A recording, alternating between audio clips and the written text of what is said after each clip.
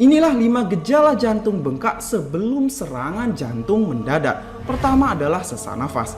Ketika jantung bengkak, pompaannya tidak lagi efisien dalam memompa darah ke seluruh tubuh. Akibatnya, cairan darah dapat menumpuk di berbagai bagian tubuh termasuk paru-paru atau biasa dikenal edema paru, di mana cairan yang menumpuk di paru-paru menghambat pertukaran oksigen dan karbon dioksida dan mengganggu fungsi normal paru-paru.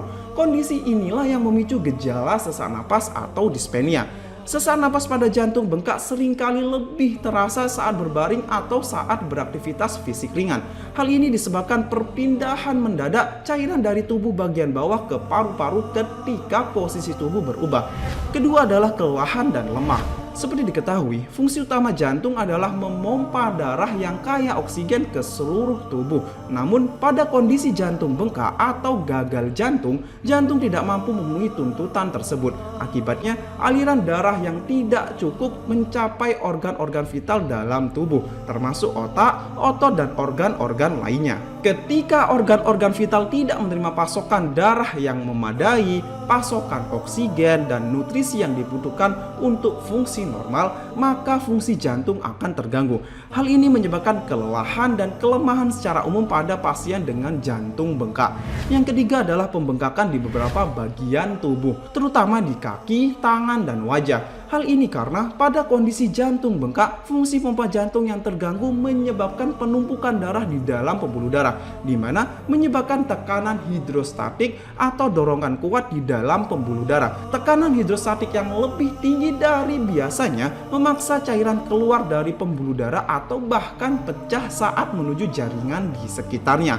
Akibatnya, cairan mulai menumpuk di ruang ekstraseluler atau ruang di antara sel-sel dan jaringan, sehingga menyebabkan pembengkakan di tubuh. Yang keempat adalah nyeri dada. Jantung bengkak dapat menyebabkan penurunan aliran darah ke otot jantung atau miokard.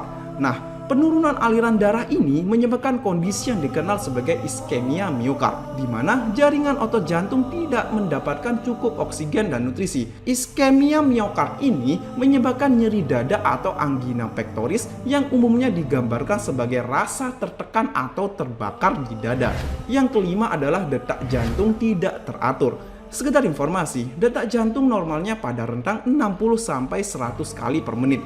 Dikatakan berdebar atau lebih cepat dari kecepatan normal, yaitu lebih dari 100 kali per menit. Hal inilah yang terjadi pada orang yang jantungnya bengkak, di mana jantung bekerja lebih keras memompa darah ke seluruh tubuh sehingga menyebabkan peregangan pada jaringan otot jantung dan perubahan pada struktur dan fungsi sel-sel listrik yang mengatur ritme jantung. Peregangan dan perubahan inilah yang menyebabkan aritmia atau detak jantung tidak teratur. Oleh karenanya, yang memang ada riwayat jantung koroner ataupun jantungnya yang masih sehat tapi sering mengalami gejala-gejala tersebut, maka sebaiknya segera cek medis, karena jika terlambat bisa-bisa ambruk karena serangan jantung mendadak. Tetap semangat, tetap sehat, mari kita melawan kemustahilan bersama Gijutsu Masagi Indonesia.